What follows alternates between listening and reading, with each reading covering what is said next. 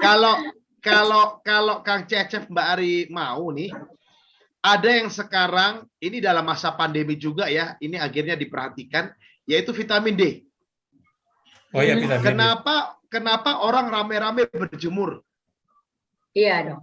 Ya, supaya vitamin D-nya naik toh. Nah, Iya. ternyata dalam penelitian, dalam pengamatan, vitamin D itu bagus untuk imunitas. Bagus untuk metabolisme tubuh dijaga. Bagus ternyata juga untuk ereksi pria, Kang Cecep. Oh. Nah, makanya vitamin D itu harus di atas 35 pada setiap orang, ya, pada setiap laki-laki. Wanita juga sama. Nah, makanya hari ini ada banyak produk vitamin D, ya, yang harus dikonsumsi. Kalau waktu pemeriksaan ternyata kadarnya kurang dari 35, ya mungkin di bawah 20. Nah, ternyata Kang Cecep, dalam penelitian banyak penderita COVID itu vitamin D-nya cuma ya di bawah 20, cuma 15, 18, sehingga immunity-nya drop. Nah, itu yang harus diminum. Ya, vitamin D. Vitamin D yang 5.000 sekali sehari atau 10.000 unit sekali sehari. Demikian, Mbak Ari, Kang Cecep. Ya, Dok.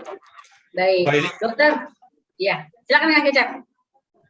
Ya, Dok, ini ilmunya banyak banget ini bagusnya, termasuk soal vitamin sama suplemen ini. Iya. Dok, tadi kan dikatakan kalau misalnya itu herbal dengan obat kimia ini efektivitasnya memang bagus, obat kimia ya, cepat gitu ya reaksinya. Ya, cepat ya. Nah, kalau saya misalnya itu bertanya membandingkan suplemen dengan injeksi yang testosteron atau estrogen itu efektivitasnya mungkin lebih bagus injeksi ya, Dok ya? Jelas. Karena apa, Kang Cecep? Injeksi, enggak usahlah injeksi testosteron, apapun jenisnya. Ya. Apapun jenisnya injeksi. Dia tidak masuk dalam sirkulasi yang namanya enterohepatik. Jadi tidak masuk dalam siklus atau sirkulasi lambung, liver, lalu bekerja ke organ target.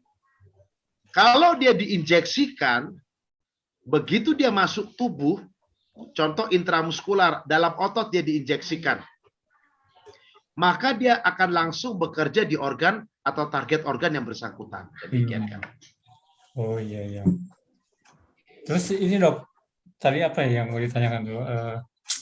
Udah mulai pikun kayaknya. Udah mulai lupa-lupa kayaknya tuh. Iya, ini udah mulai lupa ini.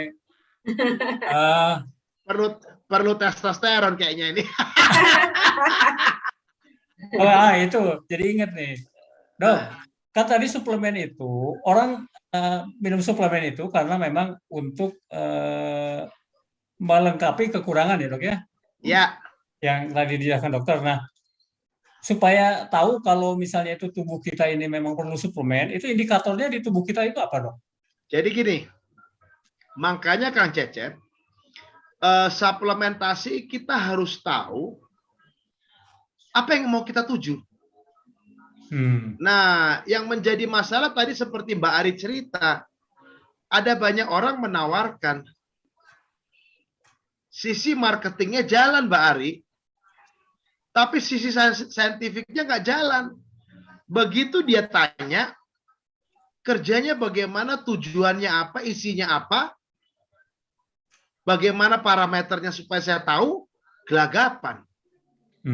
Nah, jadi bagi kita seyogyanya, kita harus tahu tujuan kita apa. Itu loh.